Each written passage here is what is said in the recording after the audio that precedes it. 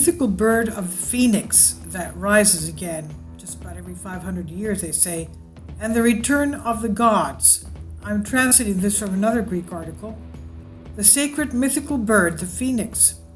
The friendly society used the phoenix as a symbol of the Greek state that was reborn from its ashes. As Prince Alexandros Ypsilantis on the flag of the Holy Word and Capodistria established him as the official emblem of the official emblem of the state, and that was in the Greek War of Independence against the Ottoman Empire of 1821. The official emblem of the state, depicting it on the coins and seals as well. From Hesiod of the 8th century, we have the oldest reference of the bird of the phoenix, which identifies this with the sun and the god Apollo. And according to Herodotus, it had the size of an eagle and golden red feathers in his book of 273.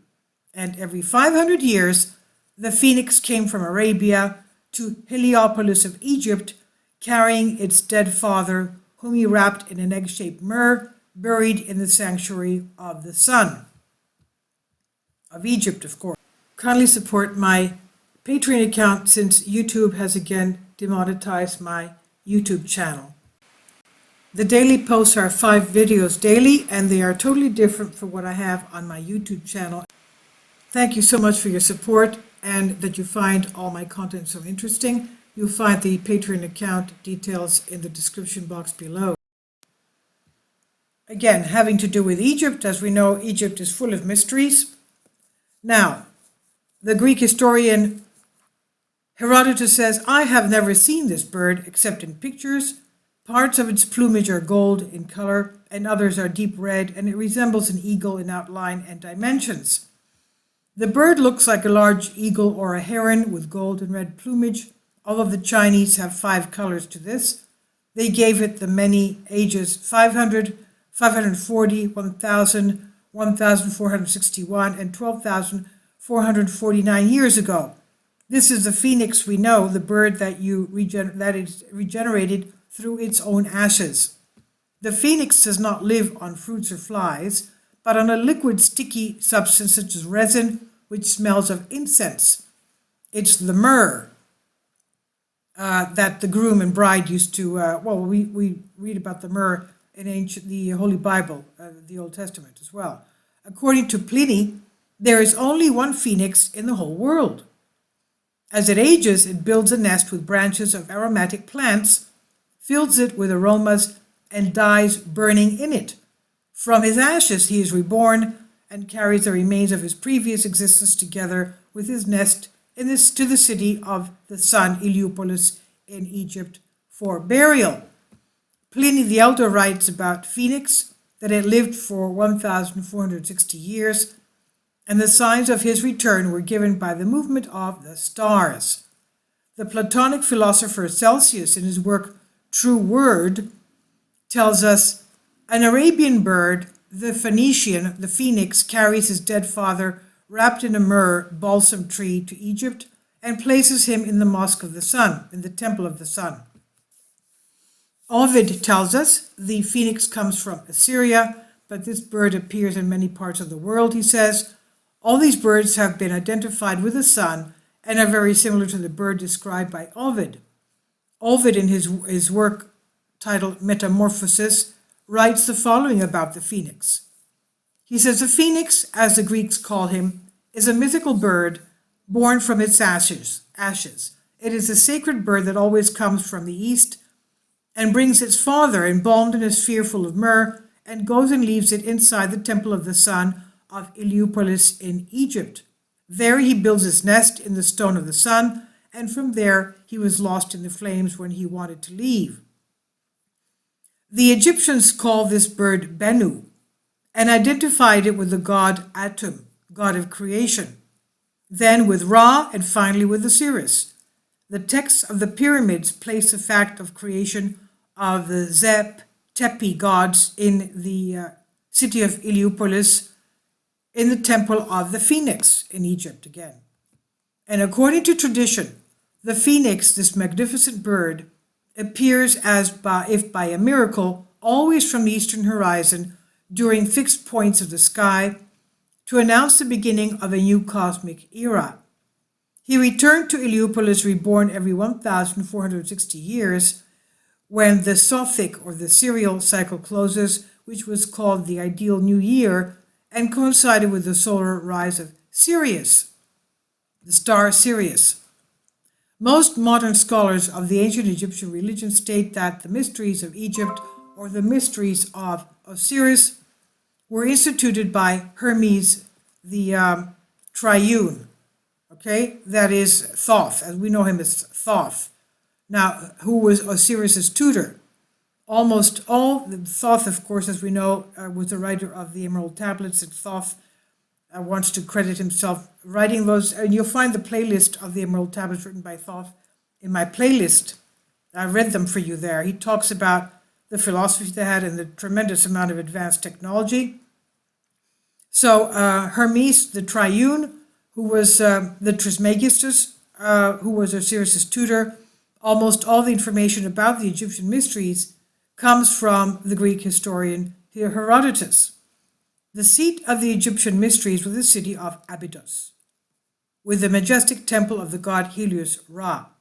But the greatest and most sacred mysteries of the Egyptian religion were the mysteries of the Phoenix in Heliopolis, the city of the sun. Now, what do we know about Abydos?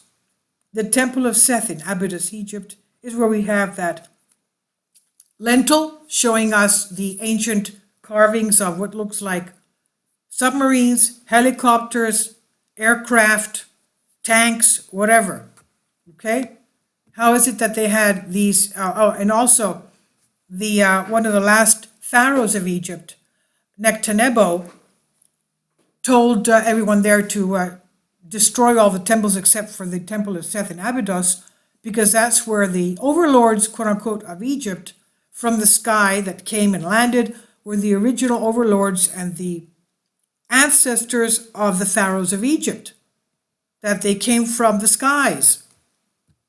Now, going back to this, the phoenix was a sacred bird known as the spirit of the risen Osiris, who, according to Egyptian religious beliefs of ancient Egypt, lived in the constellation of Sirius. It was a divine symbol of Osiris and signified the Renaissance, the resurrection, which began at the palace of the Phoenix in Heliopolis of Egypt, according to the text of the pyramid. The German philologist Adolf Hermann mentions the verses of the burial monuments in which the following is written. The soul of Osiris lives in the bird Bennu, that is, Phoenix. Osiris himself says, I am the great Phoenix who is the one. I am Osiris coming from Sirius. I am the supervisor of everything. End quote. Plutarch explains that all the names of the Egyptian gods are Greek, and they were transferred to Egypt from Greece by the Greeks who emigrated from time to time. Now we know that Thebes as well, Memphis, Thebes, are Greek words that are locations first in Greece and then located in Egypt.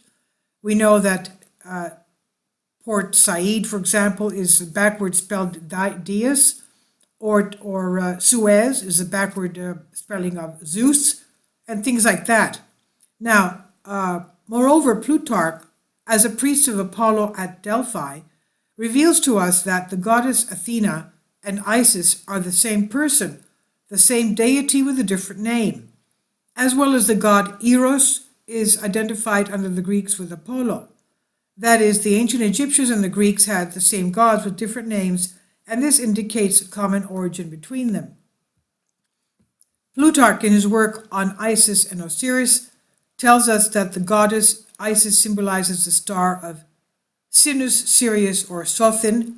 Quote, I am the one in the constellation of Sinus, or Kinus, executor, following the Orion of the constellation of Osiris, end quote. Under the Greeks, Plutarch continues, Kion is called the soul of Osiris, and Sothis is called by the Egyptians Orion, the soul of Horus, and the soul of Typhon, Bear. Their souls shine like stars in the sky. In addition, he mentions the god Osiris as general and captain of Kanavos, which ship the Greeks call Argo, of the Argonauts. The constellation of Argos is not far from the constellation of Orion and Cygnus, of which the first was considered the sacred constellation of Horus and the second of Isis. Osiris was equated with many deities of the Greek pantheon, especially with Dionysius and Hades. Originally the god of nature, an incarnation of the spirit of vegetation, which dies at harvest and is reborn when the seed sprouts. Osiris was worshipped throughout ancient Egypt as the god of the dead. Osiris and Serapis were called Azon gods. According to ancient traditions, all of the historical peoples of the planet are gods and celestial beings, return at regular intervals every 13,000 years, at the beginning or the end or in the middle of the zodiac cycle, which lasts 25,920 years.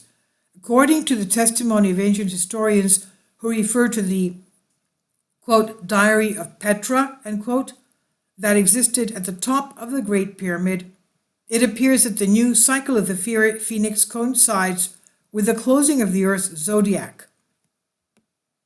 Now, please leave your comments about this, and thank you for your support. I hope you found it interesting.